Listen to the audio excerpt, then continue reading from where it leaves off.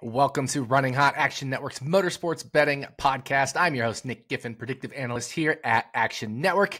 And joining me from his Airbnb, my co-host and good friend, Stephen Young of Roto Grinders, better known as Stevie TPFL. And this week we're talking bets for the Iowa Corn 350 at Iowa Speedway here on Running Hot. Last weekend at Sonoma, Kyle Larson took the victory using kind of an interesting pit strategy there, pitting with about 20-something laps to go, but had the tires, had the car to overtake a bunch of drivers, ended up winning the race. Michael McDowell finished second. Chris Buscher finished third.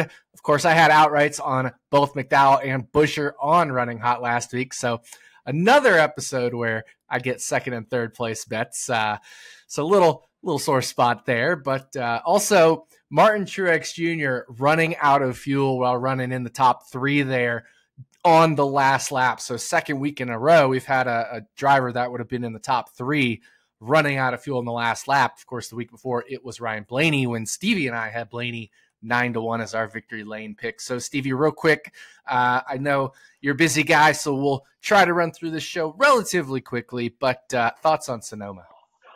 Yeah, I think overall Sonoma was a lot better than we expected it to be, right? Like we expected a lot of single file running, and I mean, we had the craziness at the start of the race, but overall I feel like the race was better, and tires mattered a little bit at the end of the race, which was nice. You know, Kyle Larson had the fastest car, he won the race.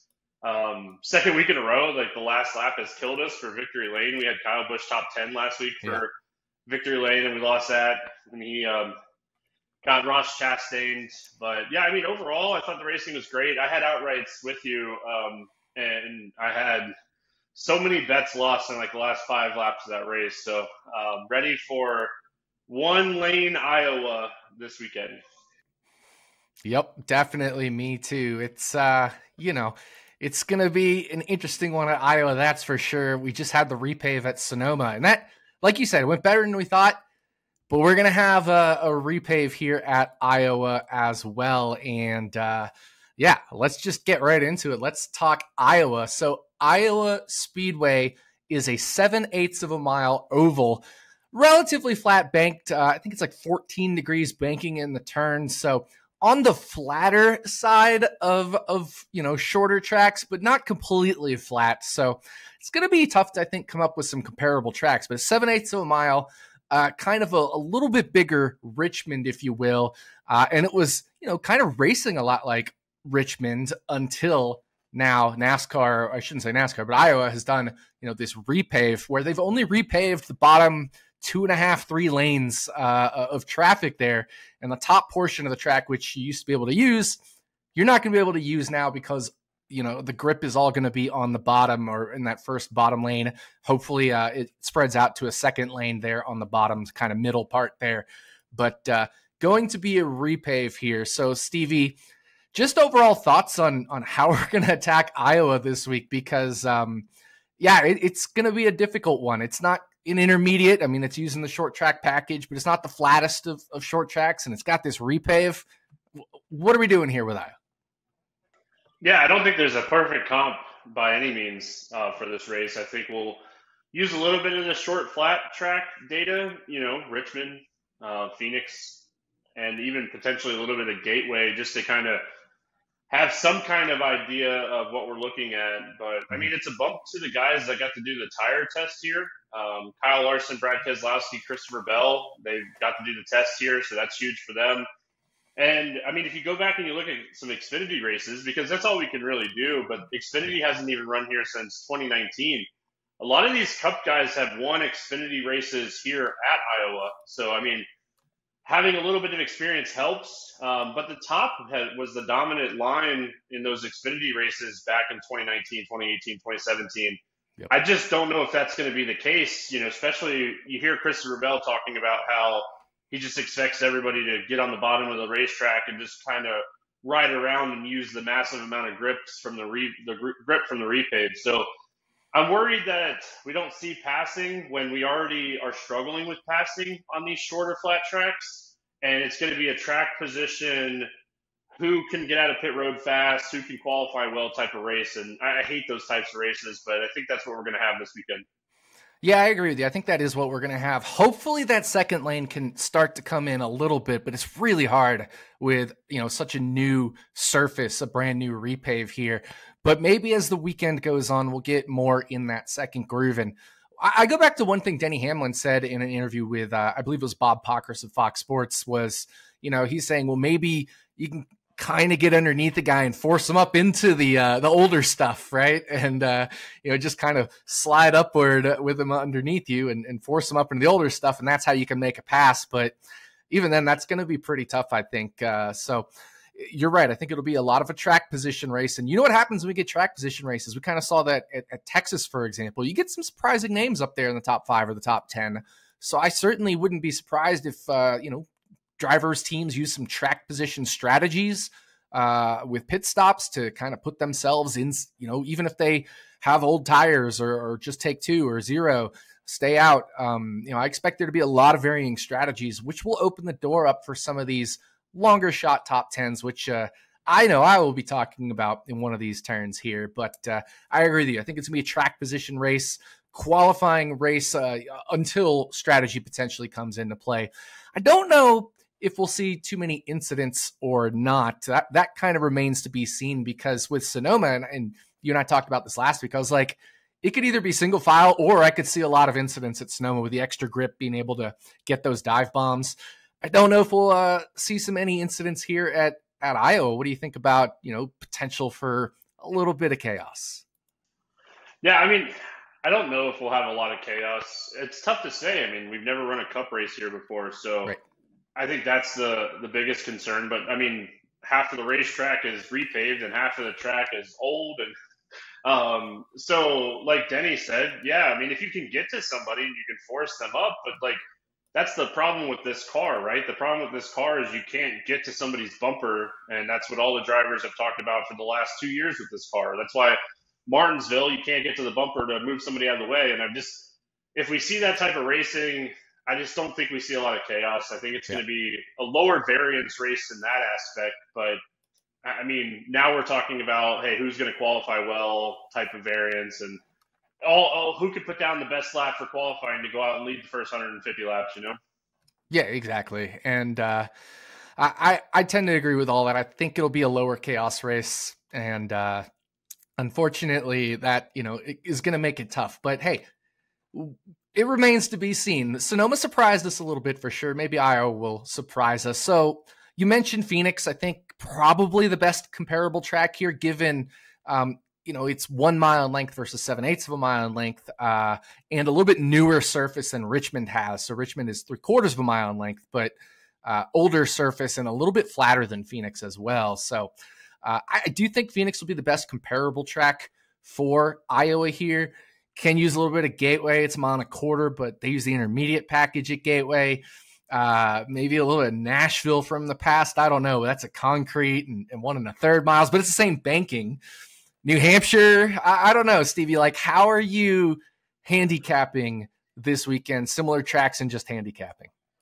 Yeah, I'm more likely to use Phoenix and Richmond than Gateway and Nashville. There you go. But also, like, maybe we're just looking at like recent 2024 speed more than anything else, because I mean, that's what we talked about at Sonoma. And if we look at the cars that were running well at Sonoma, a lot of those are cars that have been running well recently. So I think 2024 speed might be the biggest benefit than anything else. But I think you're looking at a little bit of Richmond and Phoenix, and I'll throw in a little bit of Gateway into my model, just so, I mean, the intermediate package compared to this package, but it's still a shorter, flatter track type of racetrack. So I'll throw it in there, but really Phoenix, Richmond, New Hampshire more than Gateway. Yeah, I would agree with all that. I do think you need to pull in maybe a little bit of Gateway from this year, especially. And then, I have pretty much all these. I even mentioned Nashville, just in terms of like some really older data, just to kind of grow the sample size. That weighs in just a little bit in my model, but mostly you're right. 3 of the top 4 factors in my model are how are you performing this year? And then that 4th factor is kind of the weighted average of the similar tracks. So, a lot of just current form, I think, is going to matter. And that's what my model identified. And I don't pick the variables for my model. I have an algorithm that it's called a feature selection. It says these are the most important factors, and it's just all done by algorithm, and I don't handpick it or anything like that. So it finds the most statistically significant factors, and 3 of the top 4 are just how are you performing right now this year, your equipment, that kind of thing. So I agree with you there. So you know what? We got to dive into these bets here for Iowa Speedway. As always, we're going to take you for a lap around the track here at Iowa, 4 turns. 1 pick from Stevie, 1 pick from me. Before we drive into victory lanes, we're going to throw the green flag on the Iowa Corn 350 and dive into turn 1. All right, Stevie, turn 1 here. What do you have for us as we take the green flag? Yeah, I'm going to go to one of those top 10 bets that we talked about. I think you're going to hear a lot of that on the podcast this week because it's really tough to bet outrights because, I mean, you're really betting on who you think is going to qualify inside the top 5 more than anything else. And a lot of those drivers are the favorites anyway. So I'm going to go to Chris Buscher here for a top 10 at plus 110. If we talk about recent speed, RFK has been phenomenal. Chris Buscher should have 2 or 3 wins this season already. And like Keslowski did the test. So with Keslowski doing the test, Buscher's going to have good information. These guys work fantastic together. If we think back to Phoenix, you know, Chris Buscher finished 2nd in that race. So I think getting Buscher at plus odds for a top 10 when he's 8th or 9th in speed on short flats since the start of last season is nice value here. He should be a guy that's probably like minus 110, minus 120. So we're getting some solid value here on Chris Buscher to open up the week. Yeah, so interesting enough here, full disclosure, I actually took Chris Buscher over 9.5 on his finishing position. So that 10th place is what we need to hit for both of us to hit this bet.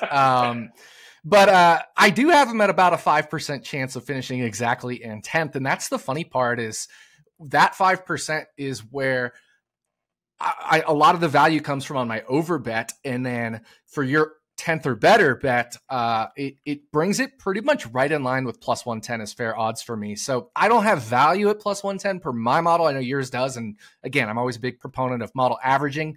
So I think our average of our 2 models would have value there. But mine's like right at plus 110 for a top 10 finish there on Chris Buscher. So maybe I'll finish exactly 10th and we'll both hit our bets here. But you know that's not happening after these last couple. Oh God, no, not a chance. But if it does, that'd be amazing. That would be the ultimate miracle after the last couple of weeks of losing our bets on the last lap. My turn 1 pick, I'm going to take Denny Hamlin, and I'm going to take him 7-1. I know I don't usually take drivers in the single digits to win. That's just they typically don't have value. But in this case, I'm showing value on Denny Hamlin at 7-1 to finish in the top 10. I have him at 13.5% to win this race. For me, he's actually the top driver in my model, even ahead of Christopher Bell and Kyle Larson, Martin Truex Jr., those guys there. And, you know, Denny Hamlin just, he gets it done everywhere. And if we're talking current form, he and Kyle Larson probably are the 2 best drivers right now in the whole series in terms of current form. Now, I know Chase Elliott's ahead of Denny Hamlin in the points, but that's because Chase Elliott hasn't had any really bad finishes. But Denny Hamlin has so much more upside and has dominated so many more races, won so many more stages, gotten so many more stage points. So just from a current form perspective, Denny Hamlin arguably is the best in the series, right up there with Kyle Larson. And that's part of why he's number 1 in my model. Obviously good at these shorter, flatter tracks. He's good at the intermediates, and it's kind of mostly a shorter, flatter track, but maybe a little bit of intermediate style to it. And I just think the experience here is going to help him. So 13.5% for me for Denny Hamlin win means I have value on him at 7-1. Yeah, I'm 2nd in my model behind Bell. Anytime you're going to a short flat track, Denny is right up there at the top as far as winning a race. So I have no issues with getting Denny Hamlin this week as an outright bet at 7-1. And the only thing that I'll throw like caution in the wind about Hamlin is, man, he really likes to qualify like 8th. And I don't know if that's going to be good enough this week. Sure. Yeah, I do agree with that. That is one little factor. So maybe wait till after practice and qualifying. But I'm showing value, so I'm taking it now. So turn 1, Stevie taking Chris Buscher, top 10, plus 110. I am taking Denny Hamlin, 7-1 to win the race. So one turn down here at Iowa. We're going to go into turn 2. All right, turn 2, another top 10 bet here for you, Stevie. And full disclosure, I love this one. So I wasn't completely on board with the other one. I love this one. I'm telling you on it. Yeah, we're going to go to Bubba Wallace here, top 10, plus 195. Absolutely love this number here for Bubba Wallace. We've talked about it many, many times that Bubba is very underrated when it comes to short flats. He was a top 5 car at Richmond in speed. And Mr. Bubba Wallace has experience racing here. So, I mean, he's run races at this racetrack back in the Xfinity days and the truck days. So, I mean, I think that's helping. But at the end of the day, I think he's undervalued on short flat tracks in general. And Toyota has been fast on these racetracks. You know, you and I are both very high on Toyota this week. Mm-hmm. So not only do I like Bubba, but I mean, one of my other picks is going right back to him later in the show. So really like Bubba Wallace this week. So I'm going to take this top 10 at plus 190. Yeah, I love this. And like I said, I'm tailing you on this pick. This isn't my turn 2 pick, but I am tailing you here. I have Bubba 42.5% to finish in the top 10 of my model, which would equate to about plus 135 as fair value. So you got the plus 150s out there, the plus 160s. Those are still bettable as well if you don't have that plus 195 available to you. So really like this bet. Bubba Wallace top 10 is Stevie's turn 2 pick. For my turn 2 pick, I talked about how I had Chris Buscher over 9.5 for his finishing position. Well, I'm going to take Kyle Larson finishing position over 4.5. And to me, that's just crazy. 4.5. That's so low. He has to finish either first, second, third, or fourth. And he's going up against Denny Hamlin, Christopher Bell, Martin Truex Jr., you know, some of these guys that are just amazing at shorter, flatter tracks. Those three could just be better than him. All three of them were better than him at Phoenix. If you look at, you know, for example, green flag speed at Phoenix, Toyota had like 6 of the top 7 or 8 cars, something like that, in green flag speed at Phoenix. So this is just a spot where Kyle Larson's just overvalued. He's really good. He's very, very good. But if we look at the shorter, flatter tracks this year, and I am including Gateway in it, his average, I should say his median finish, which is that 50th percentile, is 6.5. So that's already over 4.5 right there. And that's kind of closer to the median that I have him at. If I, you know, look at Kyle Larson's median finish in my model, I have him, you know, right around 6th place for a median finish. So I know his median at shorter flats has been 6.5. I have it pretty much right at 6.0. So definitely like over 4.5 here on Kyle Larson, minus 125. You know, I do think you can play this kind of far. I think you can play this all the way to like minus 150 because I have him around 62.5, 62.6% to finish outside of the top 4. So definitely all the way to like minus 150, I think is fine on this line. Yeah, I mean, I don't hate this one. I feel like he's going to unload fast, like just in general, because he did the test here. But we have a 50-minute practice session on Friday, so a lot of people are going to be able to catch up. And this is a really low number. And when you look at the data on short flats for him, I mean, he's one of the best, no doubt. So, yeah, I mean, I don't hate this. Yeah, it's always tough going against Kyle Larson, but yeah. there's still a lot of uncertainty in this race, and new track uncertainty, and just even in general, just his short flat track performance, while it's really good, still his median is 6.5. And even if we go all the way back through the next gen era, it's over 4.5 for his median finishes at shorter, flatter tracks. So yeah, that's why I like this one. So we're halfway around that 7/8 of a mile oval. Pretty quick lap here at Iowa, and we're heading down the backstretch. But before we get to turn 3, want to remind y'all, Running Hot is presented by BetMGM. Use bonus code ACTION when signing up to get up to $1,500 back in bonus bets if your first bet does not win. For new users in Arizona, Colorado, Illinois, Indiana, Iowa, Kentucky, Louisiana, Maryland, Massachusetts, Michigan, New Jersey, North Carolina, Ohio, Pennsylvania, Tennessee, Virginia, West Virginia, and Wyoming. Terms and conditions apply. Must be 21 or older. Gambling problem? Call 1-800-GAMBLER. Okay, 2 turns down, 2 turns to go. We're down the backstretch, and we're going to dive into turn 3. Turn 3, Stevie, back to another RFK driver. What do you got here? Yeah, I'm going to go to Keslowski for the top Ford bet. I expect him to be fast. It's plus 390. But the thing here is he did the test, and he's going to unload in a good spot. We know he's going to unload with a lot of speed. I jumped on Chastain a lot last week because of the test, and I was right about him. He had a ton of speed, and he just kind of fell off towards the end of that race. But I like Keselowski as the top Ford here. A lot of people talking about, like, with Joey Logano, oh, it's a new racetrack. Joey Logano always does well at these types of racetracks. Okay.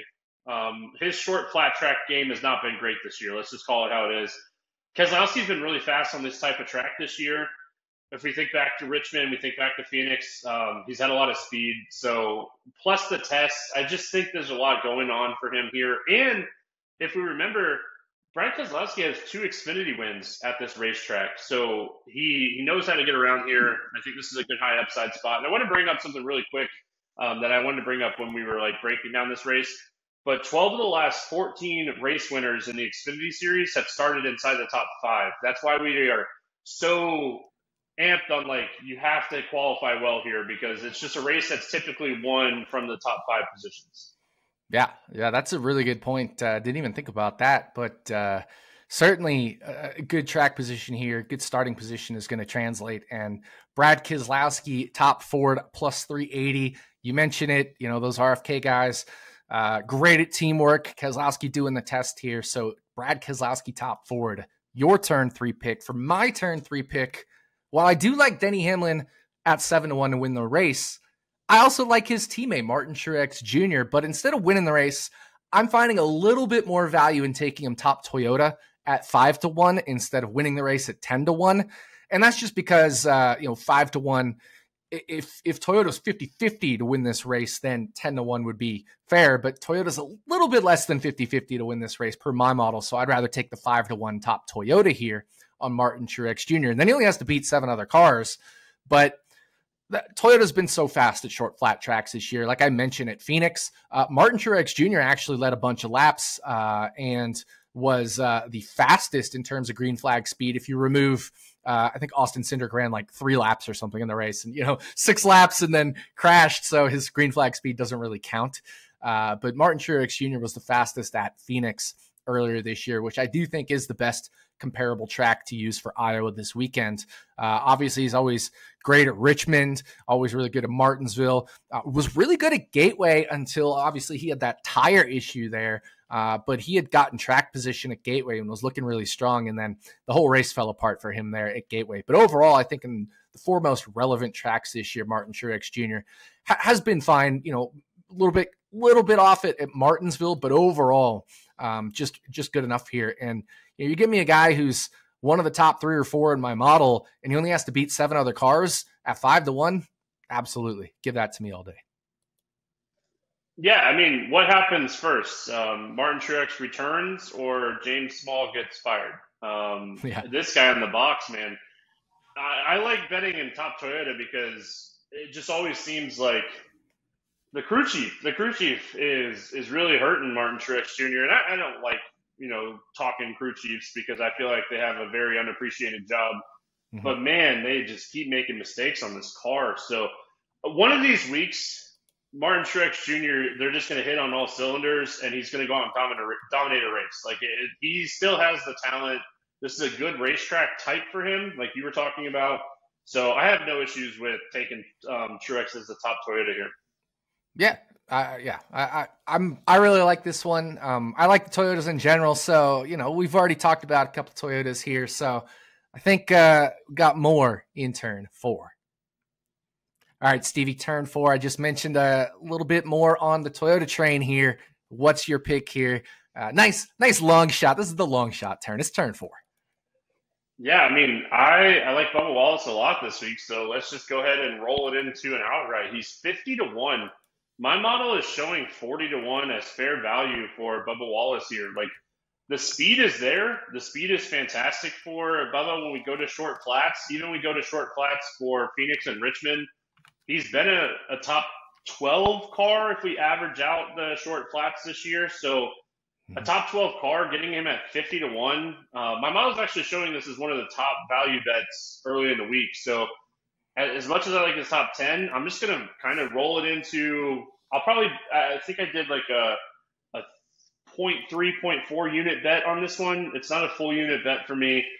Full unit bet on the top 10, and then I'm pretty sure I did 0.4 unit on his outright at 50 to 1. So it's kind of, I mean, if he finishes in the top 10, I'm still plus money, but if he wins this race, I'm way ahead. So showing value on Bubba as an outright this week.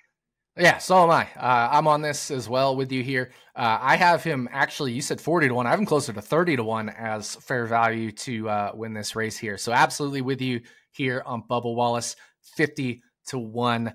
For my turn 4 pick, like I said, it's the long shot turn here. I'm going to go with a pair of top 10s. Both are Ford drivers in those blue ovals. First one is Todd Gilliland at 9 to 1. The other one is Ryan Preece at 10 to 1. I have both of these drivers in like the 13 to 14% range for a top 10 finish. Talk to my buddy Jim Sonis. He has them right around in that 11 to 15% range as well, which would be value on both of them at 9 or 10 to 1. Looking at Todd Gilliland specifically, this guy is really good at this track type. Todd Gilliland this year finished 17th at Phoenix, 16th at Gateway, 13th at Martinsville, and Richmond was 21st. That was much higher tire wear. And then if we go down in some of these lower series, now obviously Gateway isn't Iowa, but he has a second place finish at Gateway, a second place finish at Gateway, and a 24th at Gateway where he led the most laps. So obviously a dominant truck there in the truck series. We go down even when he was in K&N, he's winning at Iowa, New Hampshire, all that stuff. So short flat tracks are great for Todd Gilliland, and he's on a roll. 5 straight finishes of 17th or better, and 7 of his last 9 races finishing 17th or better. So Todd Gilliland on a roll here. And then Ryan Preece as well. Ryan Preece also really good at these short flat tracks. If we take the ones we've mentioned, Phoenix, Richmond, New Hampshire, even if we take Martinsville, Nashville, and Gateway, if we take those 6 tracks, Ryan Preece has run 13 races at those 6 tracks in the next gen era, and he has 2 top 10 finishes. So that's 1 out of every 6.5 races. So that's plus 550 or so as fair value here. So I shouldn't say it's fair value. That would be like if you were betting him at plus 550 every single time for a top 10, you'd be breaking even. So yeah, Ryan Preece 10 to 1, just way too long. I got him in that 12 to 13% range for him, and I have Gillen like 13 or 14% in that range for his top 10 finish. So definitely value on both of these at 9 and 10 to 1 for a top 10 finish. Yeah, I mean, Ryan Preece has an Xfinity win here at Iowa as well. Yep. So we always talk about Ryan Preece on short flats. I mean, he's auditioning, right? Like, I think the other guys have better chance to land jobs right now, but Ryan Preece is kind of, hey, don't forget about me at this point. So I think he needs to kind of put together a good end of the season, good second half of the season. And Todd Gilliland's crew chief, opposite, man. We were just talking about James Smollett. Like, they are calling fantastic races. They're giving him opportunities, and he's taking advantage of it. And like you mentioned, we go back to trucks. We go back to his younger days. This was the type of racetrack that we really liked Todd Gilliland on. Yeah, exactly. And I do think because this could be a track position race, these are 2 guys that can hang out in the lead lap, even inside the top 20, top 15. And they just need that right strategy. You make a call that's different from the leaders, and then a different caution timing comes, and all of a sudden you find yourself in the top 5 and just trying to maintain track position at a race that we think track position is going to be huge. That's all it takes for them to hit, and they could even potentially do it on speed anyway. I mean, Todd Gilliland last week just got a top 10 at Sonoma just off being good.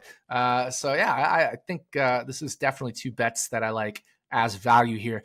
Smaller plays like quarter unit, half unit type range of plays, but definitely like both of these here. So we have completed our lap at Iowa Speedway. We're taking the checkered flag, and this time our victory lane pick is not going to get beat on the last lap.